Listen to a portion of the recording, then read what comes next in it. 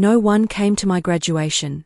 A few days later, Mom asked for $3,100 for my sister's sweet 16. I sent $1 and wrote congrats. Then I changed the locks, and the cops showed up. My name echoed through the speakers, Talia Morgan Hayes, Master of Data Analytics but the section reserved for family stayed empty. Just rows of cold metal folding chairs catching the afternoon sunlight, throwing back reflections that hurt to look at.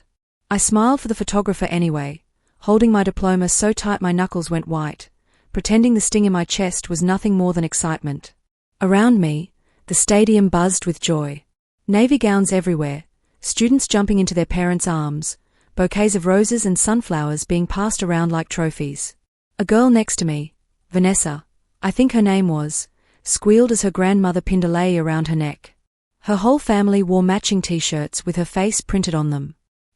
Class of 2025 *, they read in glitter letters. I stood there alone, phone in my hand, pretending to text someone. Just trying to look busy. Less pathetic. When the ceremony ended, I lingered in the courtyard outside the auditorium. People were taking pictures by the fountain, tossing their caps in the air, crying happy tears. My roommate from sophomore year, Brianna, spotted me and ran over, her family trailing behind with a professional camera. Talia, you did it. She threw her arms around me, nearly knocking my cap off. Her mom snapped photos of us together, beaming like I was her own daughter. Brianna pulled back, scanning the crowd behind me. Where's your family? Running late. The lie came so easily it scared me. Yeah, traffic from Boulder. You know how I-25 gets. She bought it. Everyone always did. Years of practice had made me an expert at covering for them. By the time I reached the parking lot, the sky had turned that particular shade of gold you only get in May in Colorado. Balloons floated above car hoods, congratulations written in curling script. Engines revved as families loaded up, heading to celebration dinners at steakhouses and Italian restaurants. I sat in my beat-up Honda Accord and watched it all happen from behind the windshield. For just a second, I let myself imagine them walking toward me.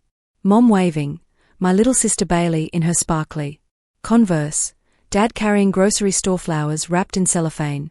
In my head, they looked proud. Then someone honked their horn, and the fantasy shattered. I drove back to my apartment in Capitol Hill, where the rent was too high and the walls were thin enough to hear my neighbors arguing about whose turn it was to buy toilet paper.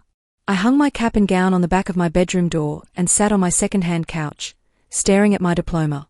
Talia Morgan Hayes Star. My name looked official in that swooping calligraphy. Like I'd actually accomplished something. The truth is, I shouldn't have been surprised they didn't show. They'd skipped my college graduation too.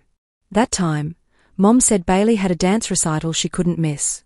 Dad didn't even call. There was always some reason. Always a smaller, shinier priority that mattered more than me. I'd spent my whole teenage years trying to earn their love, like it was a scholarship you had to apply for. Working 2 jobs, sending money home every month, saying yes to every request no matter how tired I was. When I was 16, I wore a green apron at 6 in the morning, making vanilla lattes for lawyers and teachers at Starbucks. Mom used to text me things like, "Thanks honey. Bailey needs new cleats for soccer." She has a field trip. Just need a little extra. The first time she called me our little success story, I believed her. I thought love sounded like appreciation. Now I know it sounded like obligation. When I got accepted into grad school, I told myself this degree would change everything. That if I just achieved enough, worked hard enough, maybe she'd finally see me, not as the backup plan, not as a steady paycheck disguised as a daughter, but as someone worth celebrating. I didn't know then that even success could be twisted into another reason to ask for more. 3 days passed. 3 quiet days where my phone stayed silent except for a spam call about my car's extended warranty. Then, on Thursday morning, the text came through. Need $3,100 for Bailey's sweet 16. Can you Venmo by tonight? No, congratulations. No, how was graduation? Just numbers. A deadline. And that same quiet expectation that I'd say yes because I always said yes. I stared at that message until my phone screen went dark. I sat on my couch for 20 minutes, just staring at my phone. The text from Mom glowed on the screen like an accusation. Need $3,100 for Bailey's Sweet 16. Can you Venmo by tonight? Asterisk. $3,100. Not high, sweetie. Not proud of you. Just a number that might as well have been a bill collector calling. I scrolled up through our message history. Her last text before this one was from 2 weeks ago. Asterisk, did you send this month's payment? Asterisk. Before that, asterisk, Bailey needs a dress for prom. Asterisk. Before that, asterisk, can you cover the car insurance? Just this once. Asterisk. There was never a just this once. There was only always. I should have been numb by now. For years, money had been the only language my family spoke to me. But today, something was different. Maybe it was the graduation still hanging in the air, the memory of all those empty seats. Maybe it was just the simple fact that I'd finally run out of reasons to keep buying affection that had never actually existed. I opened my banking app. My savings account showed $4,200. Barely anything after 2 years of grad school, student loans, and monthly emergencies that always seemed to land in my mother's lap. I'd been so careful, so disciplined, eating ramen 3 nights a week and skipping drinks with classmates so I could save something, asterisk anything asterisk, for my future. And she wanted $3,000 of it. For a party. My hands were shaking when I typed in the amount, $1.00 asterisk. In the note section, I wrote, asterisk congrats asterisk. I hit send before I could change my mind. For a full minute, I just sat there, watching that little confirmation message, asterisk payment sent star. My heart pounded so hard I could feel it in my throat. It felt like jumping off a cliff. Terrifying and liberating at the same time. Then I stood up, walked to the front door, and opened the junk drawer where I kept spare batteries, rubber bands, and the extra key my mother had insisted on having for emergencies. I'd given it to her when I first moved in 3 years ago. She'd never actually used it for an emergency, just let herself in whenever she felt like it, usually to borrow things. My good scissors. My printer ink. Once, my laptop charger. I held that brass key in my palm for a moment, feeling its weight. Then I walked it over to the kitchen trash can and dropped it in, listening to it clink against an empty yogurt container. That night, I called a locksmith. He arrived 90 minutes later, an older guy named Frank with silver hair and kind eyes, carrying a toolbox that smelled like metal shavings and WD-40. He didn't ask questions, just got to work. The new lock clicked into place with a sound that felt final. Solid. Real. All set, Frank said, handing me 2 shiny new keys. Nobody's getting in unless you want them to. When he left, I stood in my doorway, running my thumb over the new deadbolt. It was the first real boundary I'd ever built in my life. My apartment was mine now. Truly mine. No one could just walk in. No one could take. For the first time in years, I felt the space around me shift. The silence wasn't lonely anymore, it was powerful. I made tea, curled up on the couch, and actually exhaled. Peace lasted 18 hours. The next morning, I was making coffee when the knocking started. Loud. Firm. Rhythmic. The kind of knocking that doesn't stop until you answer. I froze, mug halfway to my lips. It wasn't my landlord, Mr. Chen, he always called first. Through the peephole, I saw 2 figures in dark blue uniforms. Denver Police Department patches on their shoulders. My stomach dropped. I opened the door, heart hammering. Yes? The taller officer, a white guy in his 30s with tired eyes, showed me his badge. Miss Hayes? I'm Officer Bennett. We received a call from your mother, Linda Hayes. She reported that you've been acting erratically, changing locks, refusing to answer calls, and that she's concerned you might harm yourself. I actually laughed. Not because it was funny, but because it was so absurd it wrapped all the way around to tragic. She did asterisk what asterisk? I asked, my voice barely above a whisper. Officer Bennett's expression softened. We just need to confirm you're okay. Mind if we come in? I stepped aside, letting them into my tiny apartment. Everything was spotless. Coffee brewing on the counter. My laptop open on the table with a job. Application half finished. My framed diploma on the wall above my desk. I gestured around. Do I look like someone in crisis? The second officer, a younger black woman with her hair pulled back tight, scanned the room.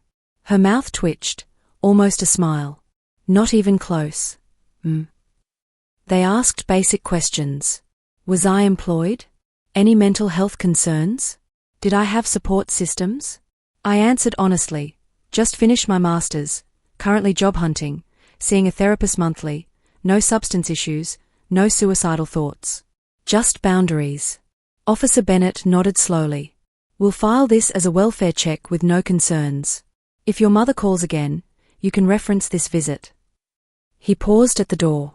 Look, I'm not supposed to say this, but sometimes when people start standing up for themselves, the people who benefited from them not doing that, they panic. We see it more than you'd think. When they left, I sat on the floor with my back against the door, shaking, not from fear, but from fury.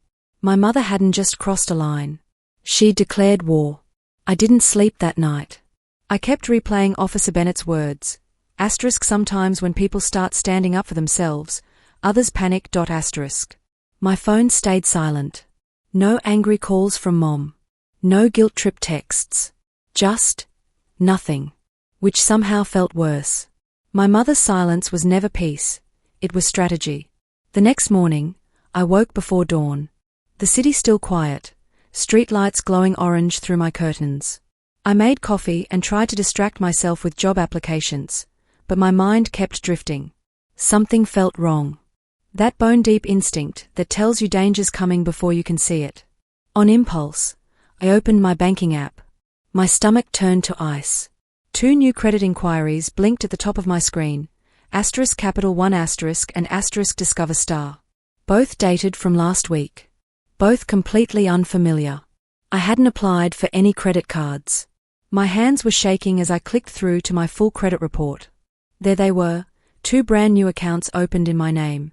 My social security number. My birth date. But not my address.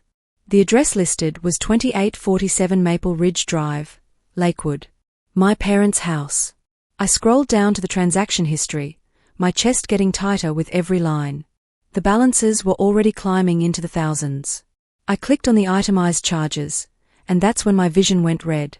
Cherry Creek Events and Catering, $1, $8.50 Mile High DJ Services, $9.50 Glam and Grace Beauty Studio, $7.20 Party City, Lakewood, $3.40 My mother's text from days ago echoed in my head like a gunshot. Need $3,100 for Bailey's Sweet 16. It wasn't a request. It was a cover story. She'd already spent the money, my money, in my name, and was planning to make me pay her back for my own stolen identity. I called the customer service number on the Capital One statement. My voice came out steadier than I felt. This is Talia Hayes. I need to report identity theft. The woman on the line, calm, professional, verified my information. Then she said something that made the room tilt. Miss Hayes, this account was opened in person at our Lakewood branch on April 28th. The co-applicant listed is Linda M. Hayes. Your mother, correct? For a moment, I couldn't breathe. The hum of the refrigerator. The distant sound of traffic. Even my heartbeat, all of it disappeared into white noise. Miss Hayes, the woman prompted gently. Yes, I whispered. That's my mother. I'm so sorry. We'll flag both accounts for fraud investigation immediately. You'll receive affidavits and documentation within 24 hours. In the meantime, these accounts are frozen. When the call ended, I sat staring at my phone. My own mother had stolen my identity. Not just used it, stolen it. Forged my signature. Pretended to be me. Racked up thousands of dollars in debt. Also my little sister could have a party with a DJ and a makeup artist and matching napkins. I opened the voice memo app on my phone. Colorado was a one-party consent state, which meant I could legally record phone calls without telling the other person. I needed everything documented now. Every word. Every admission. I dialed my mother's number. She answered on the 3rd ring. Her tone was sharp, defensive. So you're alive. Mom, I said, keeping my voice even. I just found 2 credit cards opened under my name. Both of them using your address. Want to explain that? She laughed. Not a real laugh, the kind people use when they're buying time. Oh, asterisk that star. Honey, I was helping you build credit. You should be asterisk thanking asterisk me. Besides, it's for Bailey's party. Stop being dramatic. It's family money. No, I said softly. What's mine is mine. And what you did is under investigation. The silence that followed was so heavy I could feel it pressing against my eardrums. Then, you wouldn't asterisk dare star. I already did. I ended the call. Saved the recording. Labeled it, asterisk evidence, May the 20th, 2025. Asterisk. I sat there for a long time, staring at the morning light creeping across my apartment floor. It caught the edge of my diploma on the wall. The new lock on the door. 2 pieces of proof that I'd earned everything on my own. And now, I was going to protect it. For the first time in my life, the silence in my apartment didn't feel empty. It felt like power. I wasn't the one hiding anymore. I was the storm. I met them at a diner in Littleton, asterisk the Bluebird Cafe asterisk, one of those places with cracked vinyl booths and coffee that always tastes burnt, but it was perfect for what I needed. Public. Quiet enough to talk. Impossible to make a scene without everyone noticing. Neutral ground. Halfway between their house and my peace. They arrived 17 minutes late. My mother came first, wearing a floral sundress and oversized sunglasses like she was hiding from paparazzi. My father shuffled in behind her, smaller than I remembered, his shoulders hunched like he was trying to disappear. And then Bailey, phone in hand, thumbs flying across the screen. 15 years old and already fluent in ignoring reality. The golden child never even looked up. "Ta," Mom said, her voice clipped as she slid into the booth across from me. She didn't take off her sunglasses. "You really made us drive all the way out here for lunch? This better be quick. Bailey has a hair appointment at 3. "We're not eating," I said. My voice surprised me, calm, cold. "We're talking." The waitress appeared with a coffee pot, filled 3 mugs without asking, and vanished again. Smart woman. I slid a manila folder across the table. Slowly. Deliberately. 2 credit cards, I said. Opened in my name. Capital One and Discover. Both tied to your address.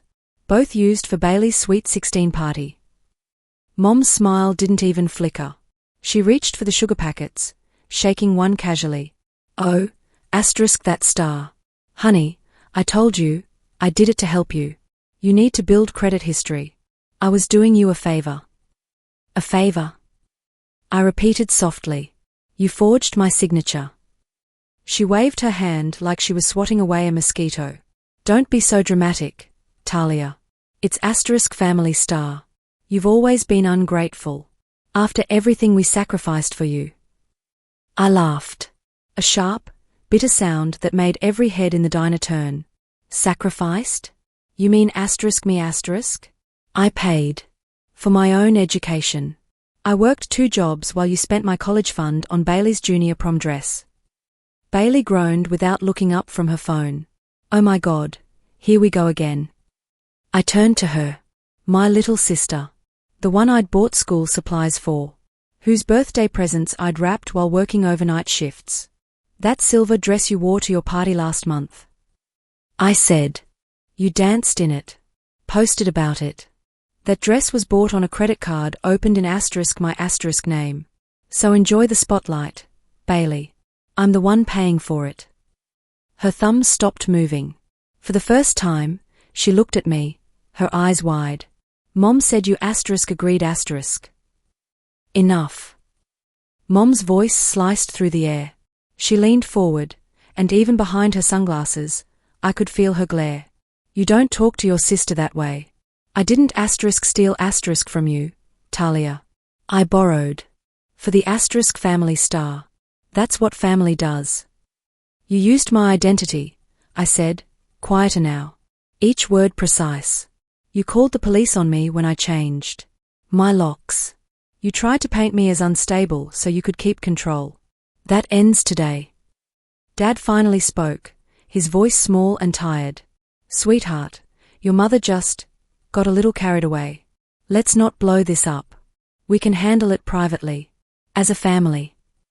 I pushed the folder closer to my mother. There's no handling it privately. The bank already knows. There's an open fraud investigation. Mom went completely still. Her hand froze halfway to her coffee mug. You did what ? She whispered. I reported the fraud, I said. Both accounts are frozen. The bank has your signature, your phone number, your address. They'll be contacting you soon. The silence that followed felt like the moment before lightning strikes. Even the diner seemed to hold its breath. The low hum of conversation at other tables faded. The clinking of silverware stopped. My mother's face drained of color. She ripped off her sunglasses, and I saw something I'd never seen before: fear. You'll regret this, she hissed. You're destroying this family over *misunderstanding*. No, Mom, I said, standing up slowly. You destroyed it the moment you decided my name was worth more to you than my love. I pulled a 20 from my wallet, dropped it on the table for my untouched coffee, and walked out before she could say another word. Outside, the air smelled like rain. I sat in my Honda for a long moment, hands gripping the steering wheel, staring at my reflection in the rearview mirror. My hands were shaking, but my chest felt light, almost hollow. The kind of hollow that could finally be filled with peace instead of obligation. I drove home as the first drops started to fall.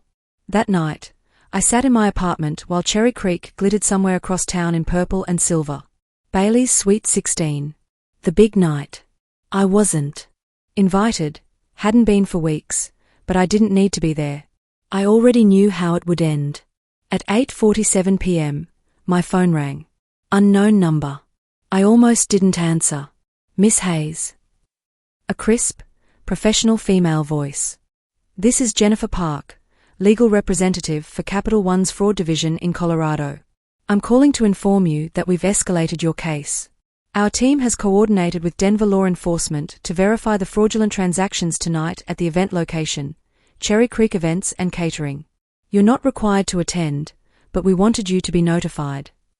My throat went dry. You're sending police to the venue? Yes. Standard procedure in cases of verified identity theft. We'll document the scene and confirm the charges were made using the fraudulent account. Should take about 30 minutes. I thanked her, hung up, and sat back against my couch cushions. Through my open window, I could hear faint music drifting up from the bars on Colfax Avenue. Somewhere across the city, my 15-year-old sister was dancing under twinkling lights, wearing a dress bought with my stolen name. And now, her night was about to stop. I didn't smile. I didn't feel victorious. I just felt quiet. Like I'd finally stopped screaming into a void and the echo had gone silent. 42 minutes later, my phone buzzed. A text from Bailey. Are you insane? The police just showed up. The DJ stopped the music. Everyone's staring. Mom is freaking out. Then another. They're saying your name. The bank guy keeps saying your name. What did you do? I didn't reply. I turned my phone face down on the coffee table and made myself a cup of chamomile tea. Across town, at the Cherry Creek Banquet Hall, 2 officers walked through the double doors. No sirens. No drama. Just calm, steady authority cutting through the bass-heavy music and neon uplighting. A man in a suit followed them, the bank's fraud investigator, holding a folder thick with receipts and contracts. Good evening, one officer said, his voice even and professional. We are here to verify a report of credit card fraud associated with this event. Multiple charges were made using an account opened under the name Talia Morgan Hayes, without her knowledge or consent. The music stopped. Not gradually, someone yanked the plug. In the sudden silence, you could hear everything. Gasps. Whispers. The shuffle of 200 people turning to look. My mother stood near the 3-tiered cake, her face going white. There must be some mistake, she said, her voice shaking. This is my daughter's birthday party. The bank investigator opened his folder, reading calmly from a printout. Primary applicant, Linda M. Hayes. Unauthorized cosigner, Talia M. Hayes. According to our records, Miss Talia Hayes reported identity theft on May 20th. The transaction history shows purchases directly related to this event. Someone in the crowd whispered loudly, "Wait, isn't that her other daughter's name?" My mother's mouth opened, but no sound came out. Bailey stood in the center of the dance floor in her silver dress, the one that cost $480 on my fraudulent Discover card, her mascara starting to run. "Mom?" she whispered. "Mom, what did you do?" The officer's tone remained neutral. "We are not making any arrests tonight. This is documentation for the bank's fraud case. But we will need copies of all receipts, contracts, and ID verification from the person who signed for these charges." In the silence that followed, half the guests lifted their phones, recording. The other half looked away, pretending they weren't witnessing a disaster. Within minutes, the DJ started packing up his equipment. The banner that read *Bailey's Sweet 16, Born to Shine * seemed to sag under the weight of the moment. Parents started gathering their teenagers, murmuring excuses about early mornings and long drives. The room emptied in waves, slow at first, then faster, everyone desperate to escape the second-hand embarrassment. By the time my mother stepped outside, rain had started to fall. Soft. Relentless. The kind that soaks you before you realize you're wet. Back in my apartment, I stood by the window and watched lightning pulse over the Denver skyline. I didn't cheer. I didn't celebrate. I just let the quiet settle around me like a blanket. The sound of justice is subtle. Absolute. It doesn't announce itself with trumpets. It just arrives. For years, I thought silence meant weakness. That night, I learned it could mean victory. 3 days after the party, an email arrived from Capital One. Subject: Case #CO 2025-4789. Fraud investigation resolved ***. I stared at the subject line for a full minute before opening it. Dear Miss Hayes, your identity theft claim has been thoroughly investigated and resolved. Primary account holder Linda M. Hayes has acknowledged unauthorized use of your personal information and has agreed to a repayment plan of $8,240 in full. All fraudulent charges have been removed from your credit report. Please allow 30 business days for updates to appear with all 3 credit bureaus. $8,240. I read that number 3 times. She'd spent more than I even knew about. The party was just the beginning. There were other charges I hadn't seen yet. Furniture. Clothes. A weekend trip to Breckenridge. 1 sentence. No apology from her. No drama. Just the truth, finally on paper. Word spread fast after that. In a suburb like Lakewood, gossip moves faster than any investigation. People whispered in grocery store lines and at soccer practices. Did you hear about the Hayes family? Something with a credit card and Bailey's party. *. Police showed up. Can you imagine? *. Bailey's party video, 30 seconds of chaos, an officer's calm voice cutting through music, my mother's face going pale, hit 500,000 views on TikTok before Bailey locked all her accounts and disappeared from social media entirely. My father got quietly reprimanded at work. Something about using his company address for personal financial documents and mixing business with family matters. He'd always been so careful about his reputation. Now his co-workers knew. For once in my life, I didn't feel guilty. I didn't reply to any of their messages, and there were dozens. Voicemails from Dad asking me to reconsider. Texts from Bailey saying I'd ruined her life. Even an email from my aunt in Colorado Springs, someone I hadn't heard from in 5 years, telling me I was tearing the family apart. I didn't answer any of them. Not out of anger. Out of exhaustion. I was done explaining what should have been obvious. Instead, I filled out the Federal Trade Commission identity theft affidavit. I froze my credit with all 3 bureaus. I closed every single bank account my mother had ever known about and opened new ones at a completely different bank. Then I printed the final confirmation letter from Capital One, the one that said *resolved* in bold letters, and pinned it on my wall. Right next to my framed diploma and the locksmith's receipt from the day I changed my locks. 3 documents, side by side. Proof of my education. Proof of my boundaries. Proof of my freedom. That night, I made myself a grilled cheese sandwich and sat by the window, watching the city lights blink on as the sun set. Denver hummed below, alive, indifferent, full of people living their own complicated lives. For the first time in as long as I could remember, the silence didn't hurt. It healed. I thought about texting Brianna, my old roommate, or maybe calling my therapist to schedule an extra session. But I didn't. I just sat there, letting the quiet fill the space where guilt and obligation used to live. My phone buzzed once. A notification from LinkedIn, * congratulations. You have a new job offer. *. I opened it. Nova Analytics, a data firm downtown. $68,000 a year. Benefits. A signing bonus. I accepted it right there, sitting cross-legged on my couch in my pajamas, eating a sandwich that tasted better than anything I'd had in months. The next morning, I woke up early and went for a run. The air was cool, the sky that perfect Colorado blue that looks photoshopped but isn't. I ran past the coffee shop where I used to work at 16, the one where I'd made lattes before school while my mother texted me requests for money. It was still there, but I wasn't that girl anymore. When I got home, I showered, made coffee, and started preparing for my new job. New employee orientation was in 2 weeks. I had time to breathe. Time to just be.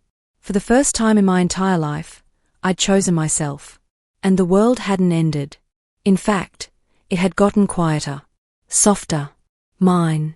That evening, I hung my new employee badge on the wall next to everything else.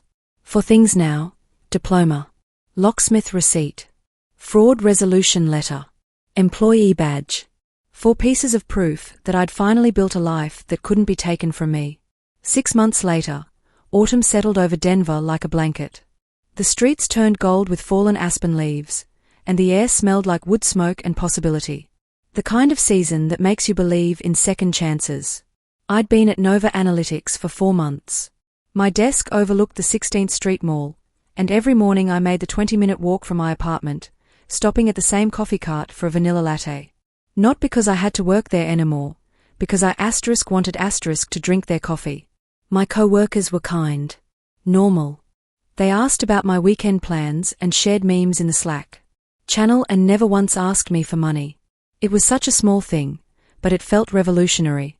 On my apartment wall, I'd rearranged everything. My diploma hung in the center. Beside it, my employee badge, the old deadbolt lock I'd replaced, and a photo Brianna had taken of me at graduation, smiling, alone, holding my diploma. I used to hate that photo. Now I loved it. It was proof I'd survived. One Saturday morning in October, I was at the farmer's market on Platt Street, buying honey and fresh bread, when I saw her. Bailey. She was standing at a booth selling handmade jewelry, turning a pair of earrings over in her hands. She looked different, older, somehow. Her hair was shorter. No phone in her hand. For a second, I thought about turning around, pretending I hadn't seen her. But then she looked up, and our eyes met. She froze. I walked over slowly, my heart beating faster than I wanted to admit. "Hey," I said. "Hey," she whispered back. We stood there in awkward silence, while a vendor called out prices for organic carrots behind us. "I'm sorry," Bailey finally said. Her voice was so quiet I almost didn't hear it. "For everything. I didn't know what Mom did. I swear I didn't know." I believed her. 15-year-olds don't think about credit cards and fraud. They think about Instagram likes and whether their crush texted back. "I know," I said. "It wasn't your fault." Her eyes filled with tears. Everyone at school found out. The video went everywhere. I had to switch schools. Part of me felt bad. A small part. But mostly, I just felt tired. "I'm sorry that happened," I said. "And I meant it. But I'm not sorry I reported it. What she did was wrong, Bailey. You know that, right?" She nodded, wiping her eyes with the sleeve of her jacket. "Yeah, I know." We stood there a moment longer. Then she said, "Mom and Dad ask about you sometimes. Dad mostly. Mom just, I don't know. She doesn't really talk about it." I nodded. I had nothing to say to that. "Are you happy?" Bailey asked suddenly. Like, Are you okay? I thought about my quiet apartment. My job. The way I could walk home at night and not feel like I owed anyone anything. The way my bank account was *mine star. Yeah, I said. I really am. Bailey smiled. Small, sad, but real. Good. You deserve that. We said goodbye. She went back to browsing jewelry, and I walked home with my bag of honey and bread, feeling lighter than I had in months. That night, I sat by my window with a cup of tea and watched the sun set over the mountains. The sky turned pink and orange and purple, and the city lights started flickering on one by one. My phone buzzed. A text from Brianna. *drinks next week? I miss your face. I smiled and texted back. *absolutely. On the wall, my diploma caught the last bit of sunlight. Beside it, the old lock. The letter that said *resolved star. The badge that said I belonged somewhere. And the photo of me, alone, smiling. Together, they told one story. I'd finally chosen myself. And I'd never been so free. If you've ever had to set a boundary just to breathe again, you're not alone. If you've ever had to walk away from people who only saw you as useful, not valuable, I see you. Sometimes the bravest thing you can do is change the locks. Sometimes love looks like letting go. And sometimes, the silence you're afraid of is actually the sound of your life finally becoming your own. I'm Talia. And I finally came home to myself.